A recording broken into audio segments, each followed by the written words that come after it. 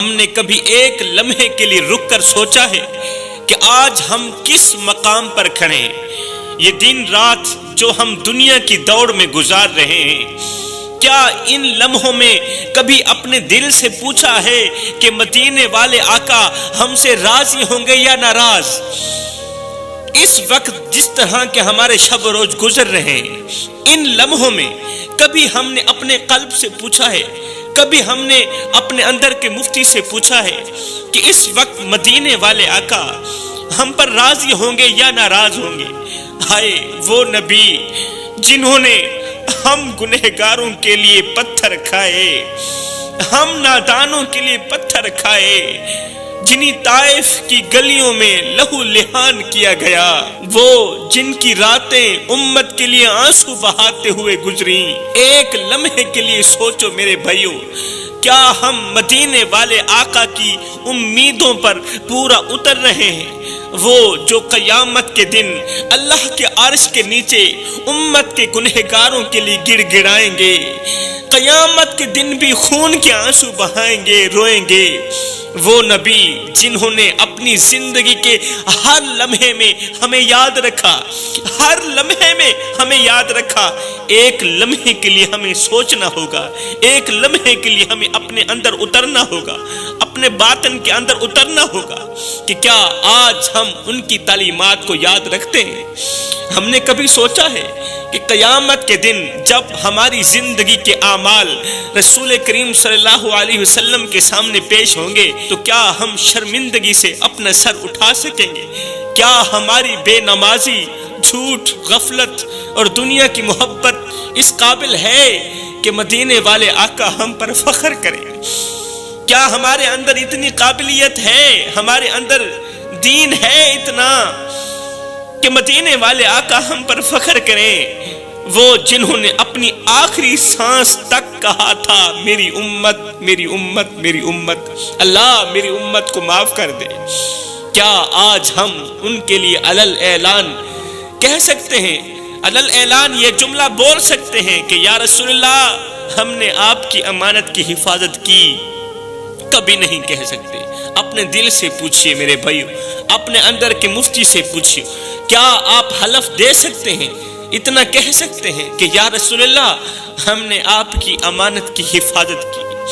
کیا ہم نے رسول کریم صلی اللہ علیہ وسلم کے احسانات کا بدلہ دیا؟ نہیں دیا میرے بھائیو، نہیں دیا۔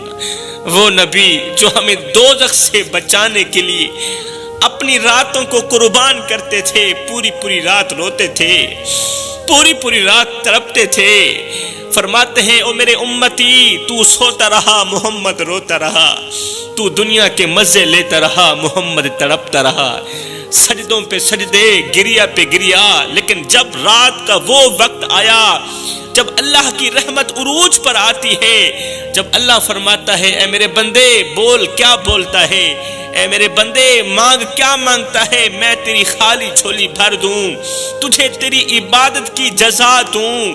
میرے نبی فرماتے ہیں او میرے امتی پوری رات قیام میں نے کیے، پوری رات رکوع میں نے کیے، پوری رات رویا میں، پوری رات تڑپا میں، لیکن اللہ کی طرف سے جب کچھ مانگنے کی باری آئی میں نے اپنی تو بات ہی نہیں کی، اپنا تو ذکر ہی نہیں چھیڑا، اپنے رب سے اگر کچھ مانگتا رہا ہوں تو تیری بخشش کے لیے دعا ہی مانگتا رہا۔ رب حبلی امتی، اللہ تو مجھے کچھ نہ دے، بس میری گنہگار امت کو بخش دے، میری گنہگار امت کو معاف کر دے۔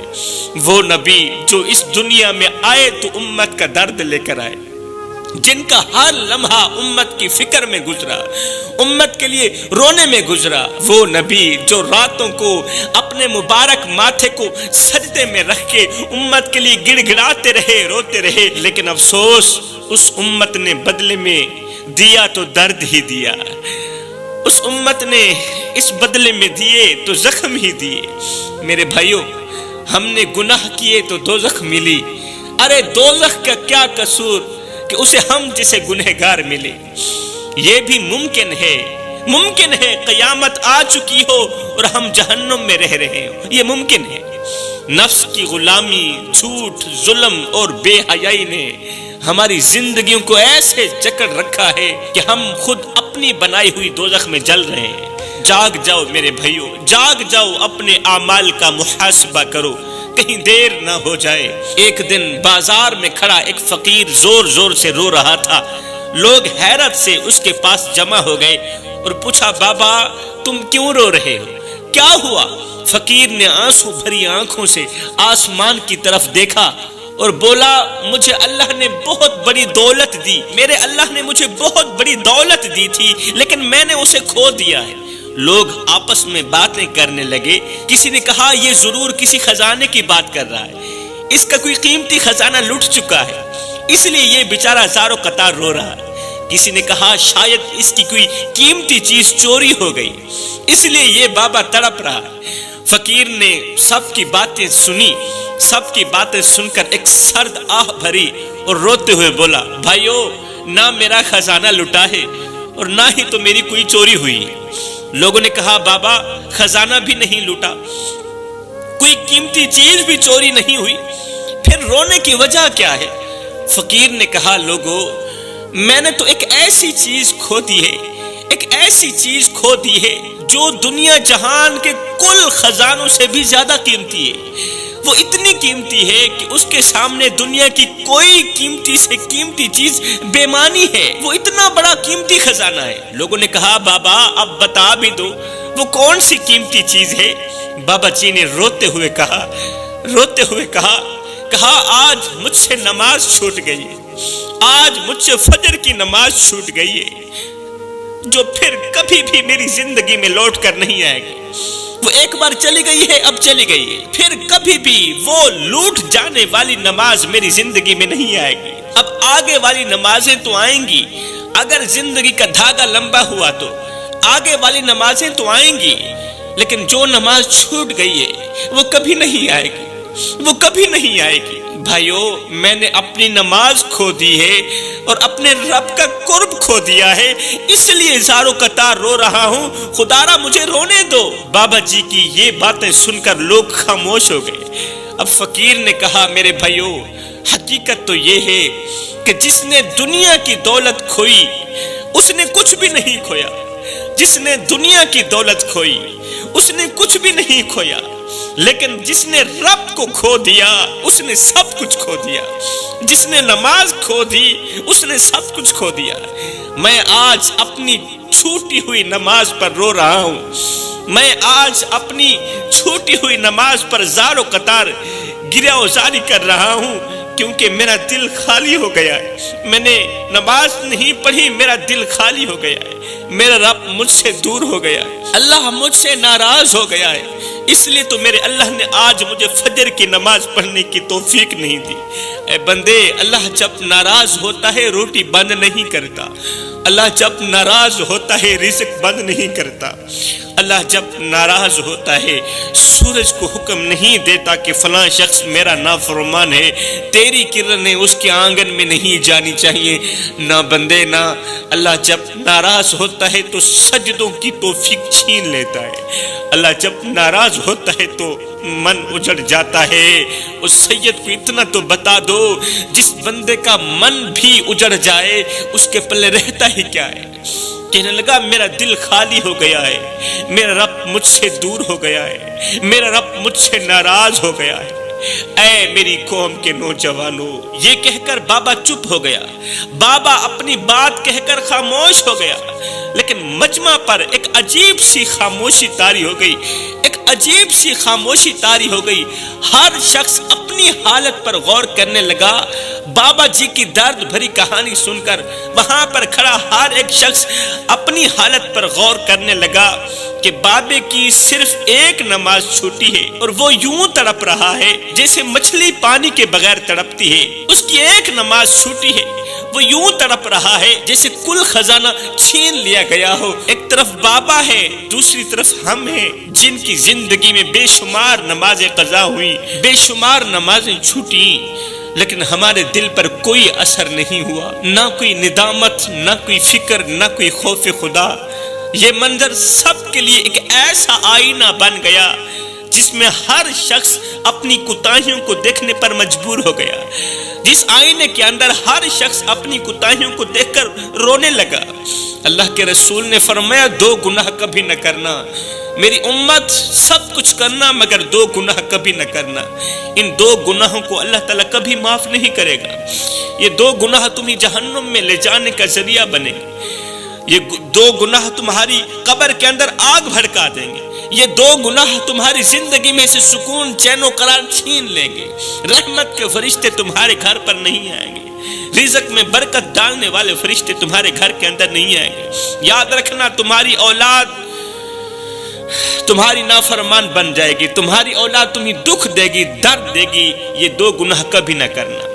اللہ کے رسول نے فرمایا یہ 2 گناہ کبھی نہ کرنا۔ پوچھا گیا یا رسول اللہ وہ کون سے 2 خطرناک گناہ ہیں؟ اللہ کے رسول نے فرمایا نمبر 1 ماں باپ کی نافرمانی مت کرنا، فرما برداری کرنا، والدین کو دکھ مت دینا۔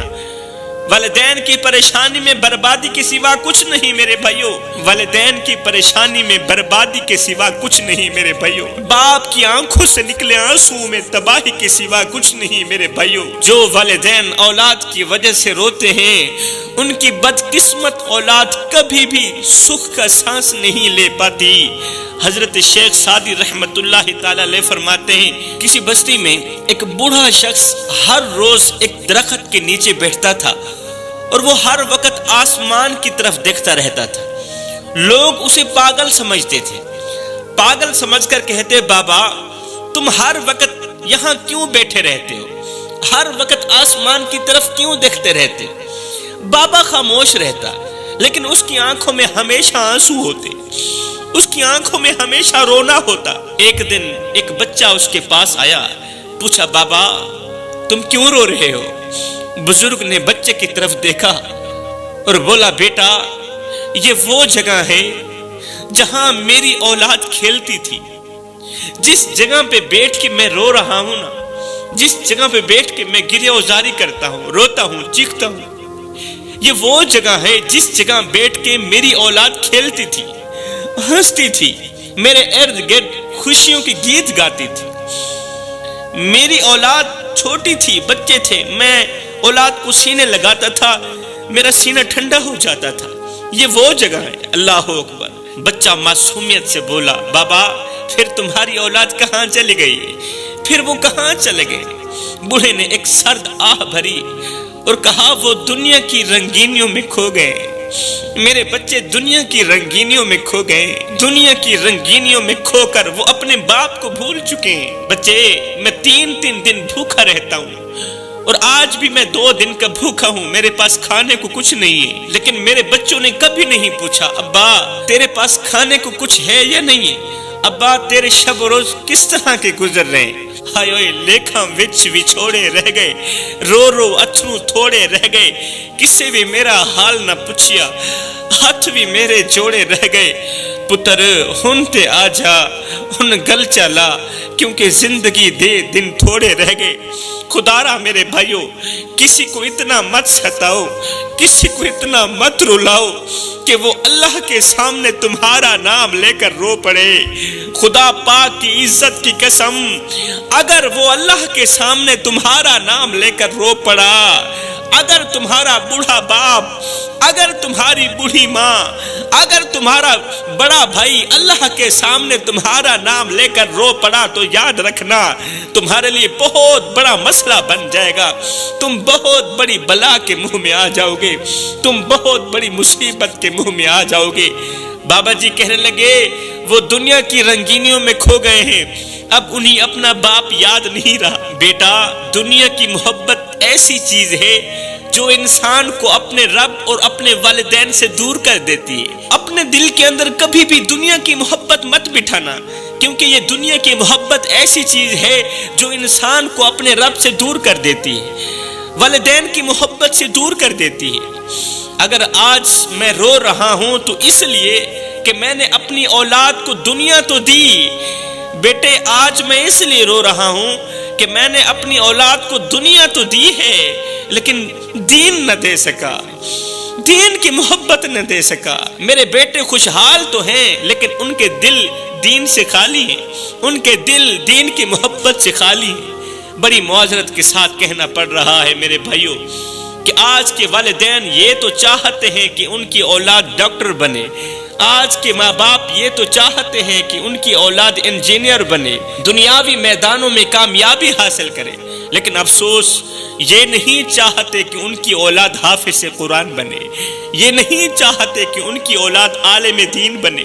یاد رکھو، جب تم اپنی اولاد کو دنیا کی دولت سے مالا مال کرو گے تو تم اولاد کے سامنے ڈر ڈر کے بات کرو گے کہ کہیں اولاد تم سے ناراض نہ ہو جائے۔ اگر اولاد ناراض ہو گئی تو تمہیں خرچ کون دے گا؟ پھر تمہاری فکر کون کرے گا؟ تمہاری دیکھ بھال کون کرے گا؟ اور اگر اسی اولاد کو تم دیندار بناؤ گے، اسی اولاد کو اگر تم حافظ قرآن بناؤ گے، عالم بعمل بناؤ گے، تو پھر دیکھنا یہی اولاد تمہارے سامنے ڈر ڈر کے بات کرے گی کہ کہیں ہمارے امی ابو ناراض نہ ہو جائے، ہمارے والدین ناراض نہ ہو جائے۔ اگر یہ ناراض ہو گئے تو اللہ بھی ناراض ہو جائے گا، اس کا رسول بھی ناراض ہو جائے گا۔ یہی فرق ہے دنیا کی محبت کا اور دین کی محبت کا، یہی فرق ہے دنیا کی محبت اور دین کی محبت میں۔ دنیا کی محبت خوف میں مبتلا کرتی ہے اور دین کی محبت سکون اور عزت عطا کرتی ہے۔ اس لیے اپنے بچوں کے لیے ایسی تربیت کا انتخاب کرو میرے بھائیوں جو نہ صرف دنیا میں بلکہ آخرت میں بھی تمہارے لیے فخر اور سکون کا باعث بنے۔ میرے دوستو، کیا تم جانتے ہو آج ہمارا دل کیوں بے سکون ہے؟ ہمارے دل کی دنیا کیوں اجڑی ہوئی ہے؟ ہمارا دل کیوں ویران ہے؟ اس لیے کہ ہم نے وہ چوکھٹ چھوڑ دی جس چوکھٹ پر بے سہاروں کو سہارا ملتا ہے۔